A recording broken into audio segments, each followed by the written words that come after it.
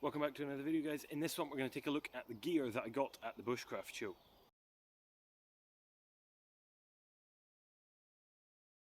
So welcome back, guys. Thank you very much for joining me here once again today. Briefly, I want to apologise that there was no video last week. Lots of things were going on, so there was no video, but you're in luck. There is actually going to be two videos today, coming out at the same time as this one, so keep an eye out for that. I'll leave a link to the other one down in the description. So, as I say, what we're going to do today is we're going to have a look at some of the stuff that I bought equipment-wise at the Bushcraft Show. The other video is going to be talking about the show in general. In this one, I'm just going to kind of say what I've bought and taken in terms of physical items from the show. So, I've got a fair selection. Not everything I've taken with me, because some of the stuff doesn't really need to be talked about on camera necessarily. So I've got it down here to my left, and actually part of it is somewhat to do with the hammock that I'm in here, so we'll have a look at all of that. Briefly, very briefly, to discuss what the Bushcraft Show is, it's an outdoor gathering. It was at Stanford Hall on the southeastern side of Birmingham 2 weekends ago, the weekend of the 29th of May, or around then, and came back with a lot of nice stuff, came back with a lot of nice memories. So, nevertheless, it was good, got some stuff, and that's what we're going to talk about. So, without further ado, I'm going to get straight into it. And the first thing I'm going to talk about is, I've got two items from the same place, and this is from Journeyman Handcrafts. Brian Trubshaw. I will leave a link to both his, pages down in the description, in particular his Instagram and stuff. And I'll leave a link to his website. I will also link the physical products here as well. So the first thing that I got from him was this piece of fabric here that is, I believe, is it a meter? No, it's not a meter, but this square piece of fabric. On the one side it's this green wool, and on the other side it's this brown waxed canvas. And what this is a nice sit mat, kneeling mat for using however you want to sit on, to kneel on. He's got kind of three sizes of this item. There's one that's basically a blanket, and there's one that's slightly smaller. I went for this middle-sized one. It's really nice. It's got that Journeyman Handcrafts logo stamp there on the corner, and it's really nice. Now I'm going to be using this kind of in conjunction with my foam mat, so because my foam mat will give me actual protection, but this is good for a wider area and keeping a little bit more warm almost. The other thing that this can be used for is it could be used to gather or to place your tinder on next to the fire, to do some shavings onto when you're making feather sticks or shaving clusters and things like that. It's just a really nice piece of kit, and I do really like Journeyman Handcrafts stuff. Really, again, it was nice to meet Brian again. I'll flash a picture up on screen. Definitely go check out his stuff. It's handmade in Britain. The TA Outdoors TA Trekker backpack that I use, I'll leave a link to the video talking about that up here. That backpack is made by Brian as well, so really good stuff. The other thing that I got from Brian, or Journeyman Handcrafts, is this little, they call it the pocket pouch, and I got this in green here. Small little wax canvas pouch, again with that nice leather stamp patch on the front, YKK zipper along the top, and I bought this with exactly the purpose that it has become, and that is as a little wash kit. So what I've got in here is I've got a little bottle of hand sanitizer, some toothpaste, a toothbrush, a packet of tissues, and a packet of wet wipes. So it's basically a little hygiene kit, personal hygiene kit for the outdoors, for when I'm camping and things like that. I obviously wouldn't take it on a day trip, it's a bit excessive for that. I've just got it here for the sake of the video. So that's what I got from, or I'm going to be using that little pouch for, and that will go in conjunction with a little towel or whatever. But yeah, Journeyman Handcrafts, really good stuff, and again, it was really nice to meet Brian again. Next up, I'm going to talk about a bigger item. A lot of people in the bushcraft community will recognise this. This is of course a zebra billy can. Now there is actually stuff in here today that I'm going to be using later on, but it's just the billy can itself that I bought. So this is the 12cm zebra billy can that comes with the new ones, or the ones nowadays, have the auto lock for the lid. The old ones, you might see Joe Robinette and other creators like that using, have a little metal clip that holds the handle up. These ones have this little plastic thing that holds the handle upright so that you can access it round a fire easier, and potentially pour water out of it without it collapsing. Now, the 12cm comes with the insert as well, so you get the little additional steel insert there that you can poach eggs in, fry eggs in, things like that.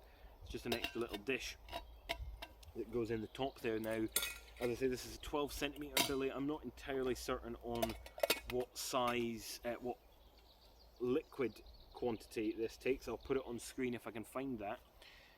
But it's 12cm in diameter.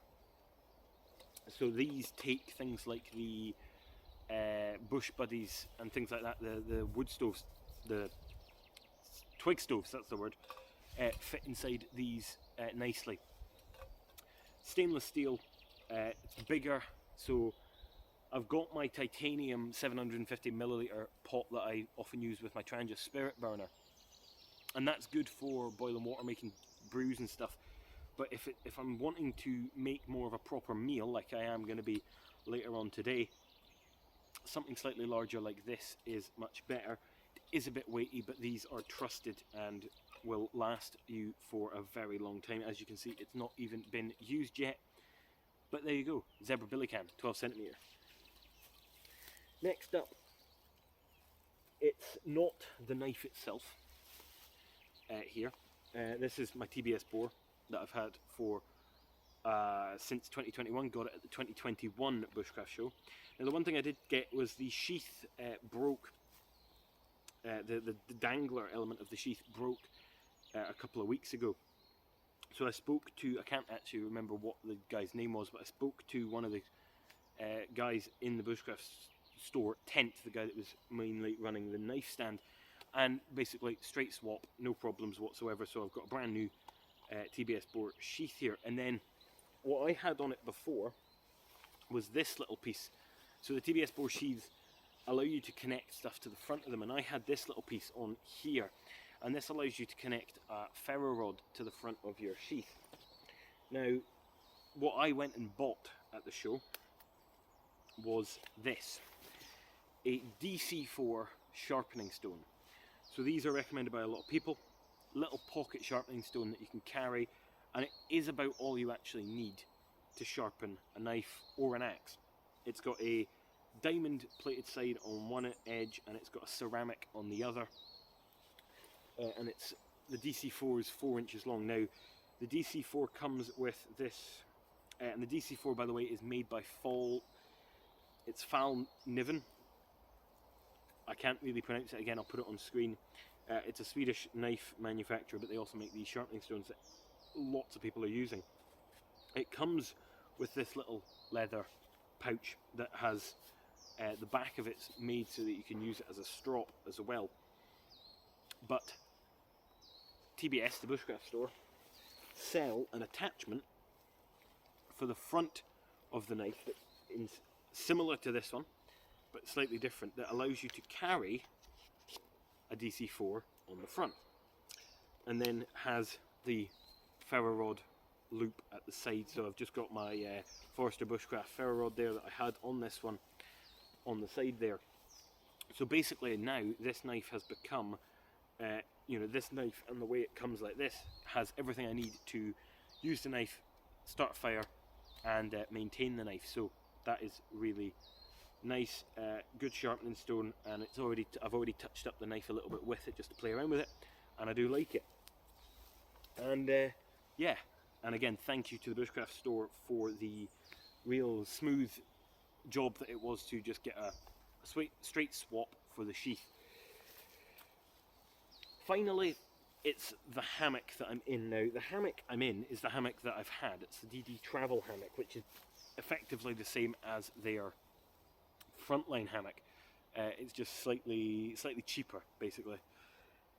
I believe is the main difference. Now, the Travel hammock comes as standard with these webbing straps at each end.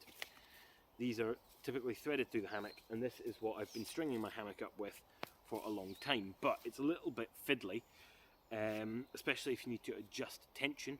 You kind of have to undo knots and pull tension through, re-tie knots, and they're quite short, these actually. I effectively needed to, if I was stringing my hammock up, it needed to be in a space that was at most about 4 meters in length, which is not a lot, and it can be quite hard to find that. So what I have replaced it with is the DD Whoopee Sling system. So you might be asking, Adam, what is the DD Whoopee Sling system? So what the Whoopee Sling system is it comprises of a tree strap. So these are called tree huggers. So this is probably a 1-inch wide webbing strap there, with a then weight-rated carabiner clipped on the end. And then it uses this cordage here to suspend the hammock. Now this is made of steel, I believe, and I'll leave info in the description on this and where you can find it and all that. And the way this works, if we undo this, is there's a fixed loop on one end that you can't actually see because it's in here, that you thread through, and then you thread this through itself and it kind of tightens down. It then runs up to here, back on itself, and then this bit here is an extra little bit of fabric over the top. This is the actual Whoopee Sling itself. And what this does is our loose end here, if we pull on this, it tightens the hammock and pulls the hammock this way. And then when we, and you can see it kind of compressed this, and then when we stretch this Whoopee Sling section here back out, it locks into place and takes a lot of weight. And this section here works like a finger trap, one of the Chinese, Japanese, whatever finger traps that you played with as a child. It works like that. So when you pull it tight, it tensions, but if you pull it in a certain way, it loosens off. So this allows me much more adjustability with the hammock, and also allows me to cover a larger distance. So the benefit of the Whoopee Sling system is, one, it's much more adjustable, so I can adjust it, you know, really minute distant changes at a time to get the perfect lay in my hammock, but also the length that I can pitch in now. I'm in an area today that's probably about 5 or 6 paces, so roughly meters wide here, and I've still got an extra 2 or 3 feet that I could be going further, so that allows more flexibility in area, and it's much more easy to adjust on the fly. So you put your tree huggers around, and all you have to do is go and slightly pull the loose end, and you can really adjust it, and it doesn't affect the usage of the hammock at all, and it is the same company that makes it. And I am a big supporter of DD, the people over at DD Hammocks. Really good. I use the DD Tarp 3x3, and I use the DD Travel hammock here as well. So that is the kit that I got from the Bushcraft Show. Might not seem like a lot, but it's not always just about buying stuff, of course. If you're just going to buy stuff, buy it online. Obviously, I've not really used any of this kit at all since, like in terms of since the show. I've not really been out and used it. So as we use it, we can talk about it more and things like that. But that's about.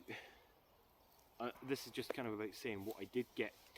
If you're interested in how I thought the show went and what happened and the things that I learned, stay tuned or have a look on the channel for the other video that's coming out today. I will leave a link up here and in the description for that video, where I'm going to sit and talk about what I actually learned from the show, what I took from it and things like that. This video is solely on gear.